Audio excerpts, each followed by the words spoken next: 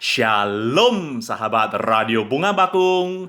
Apa kabar? Salam dalam nama Tuhan Yesus Kristus. Dan selamat datang kembali dalam program Renungan Mingguan Radio Bunga Bakung yang dipersembahkan oleh Gospel Light for Indonesia.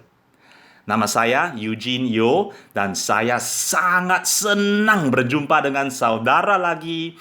Terima kasih telah bergabung dengan program kita pada sore hari ini dan selamat datang kembali dalam seri kita Memahami Tujuan Tuhan dalam Setiap Krisis.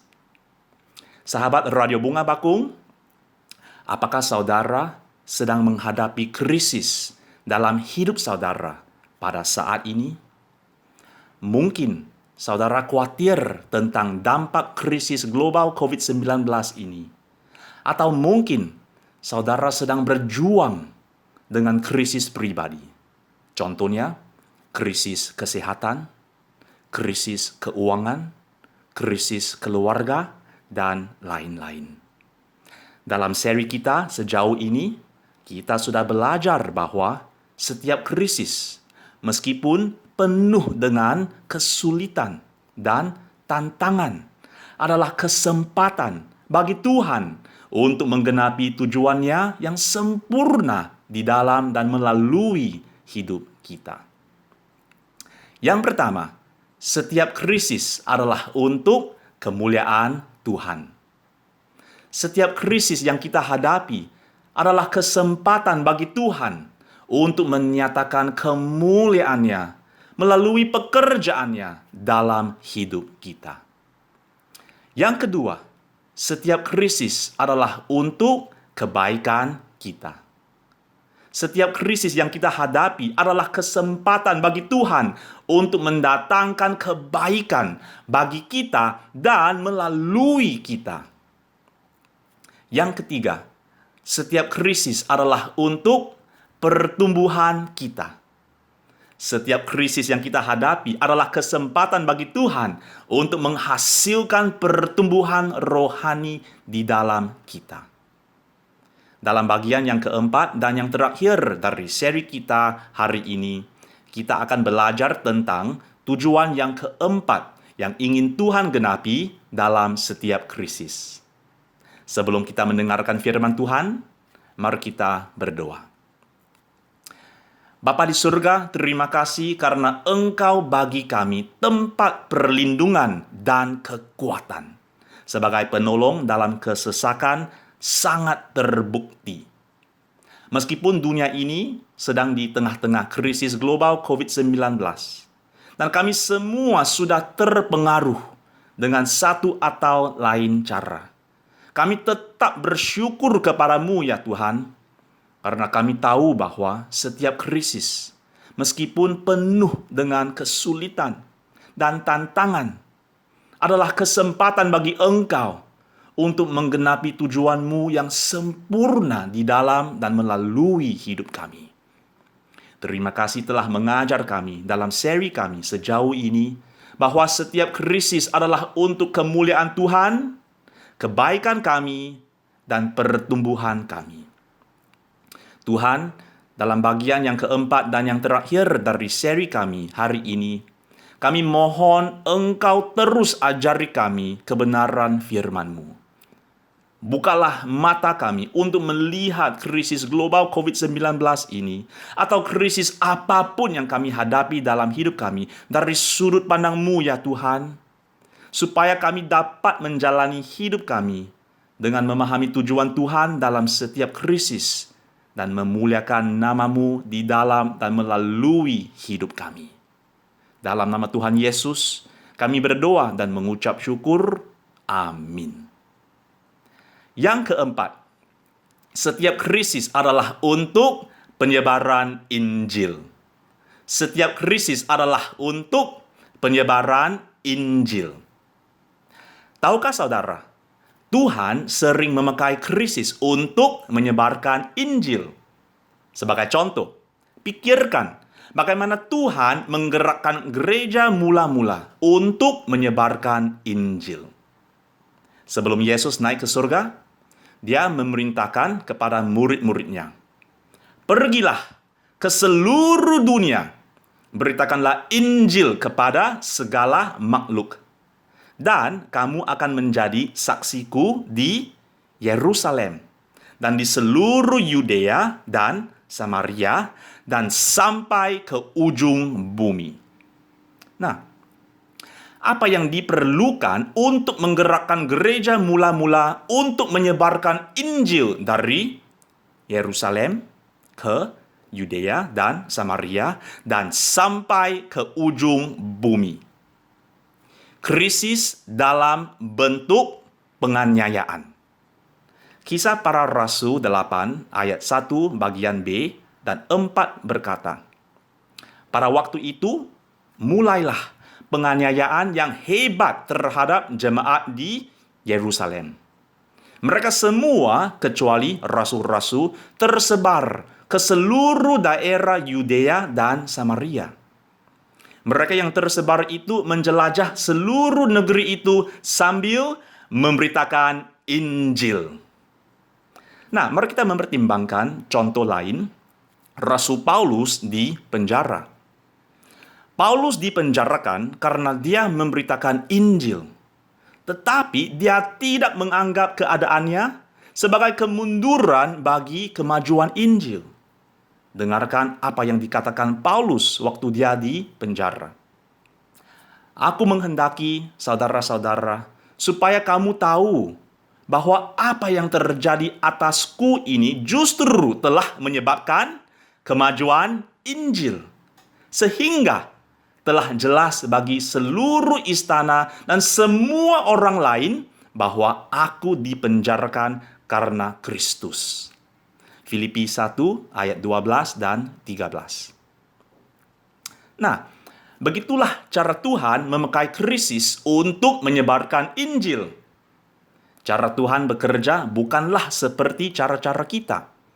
Cara-cara Tuhan seringkali mencakup sesuatu yang tampak seperti kemunduran, tetapi ternyata menghasilkan kemajuan besar. Bapak, Ibu, saudara-saudari yang kekasih, setiap kali kita menghadapi krisis dalam hidup kita, ingatlah pelajaran ini. Setiap krisis yang kita hadapi adalah kesempatan bagi Tuhan untuk menyebarkan Injil kepada yang belum diselamatkan melalui yang sudah diselamatkan. Bagi yang belum diselamatkan, setiap krisis adalah cara Tuhan memimpin mereka untuk percaya kepada Yesus sebagai Tuhan dan Juru Selamat pribadi mereka dan menerima keselamatan di dalam Dia.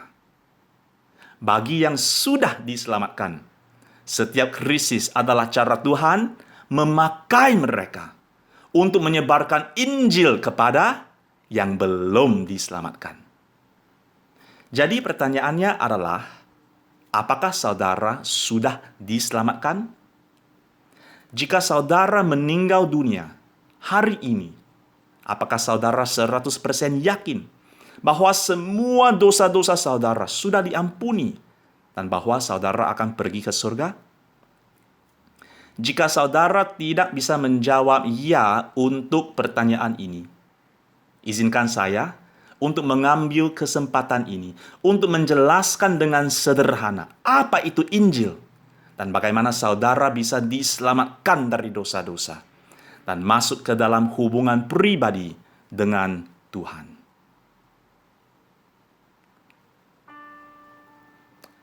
Injil itu adalah kabar baik tentang Yesus Kristus yang mati dan bangkit untuk menyelamatkan kita dari dosa-dosa, supaya mendamaikan orang berdosa dengan Allah yang kudus.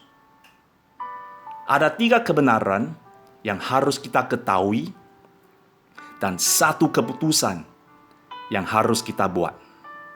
Kebenaran 1, persoalan dosa. Allah menciptakan kita untuk memiliki hubungan pribadi dengannya. Namun, dosa telah memisahkan kita dari Allah dan menghalangi kita untuk memiliki hubungan dengannya. Firman Tuhan berkata, tidak ada yang benar, seorang pun tidak. Karena semua orang telah berbuat dosa dan telah kehilangan kemuliaan Allah.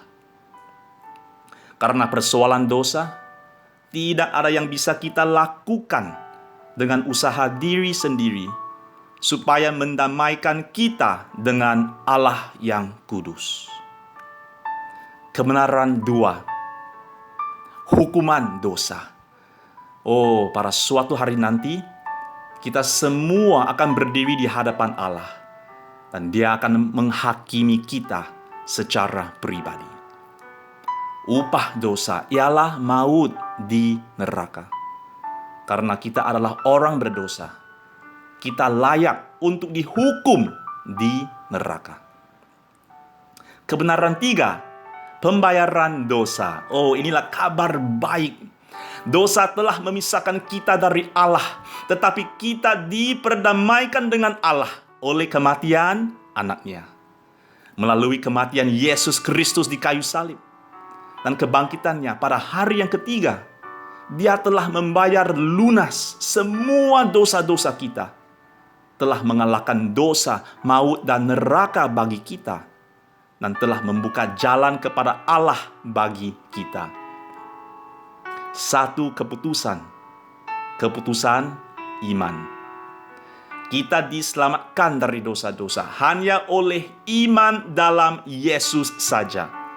Bukan oleh usaha diri sendiri, melalui perbuatan baik, kegiatan keagamaan, dan lain-lain.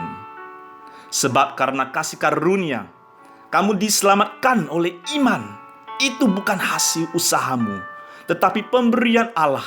Itu bukan hasil pekerjaanmu. Jangan ada orang yang memegahkan diri.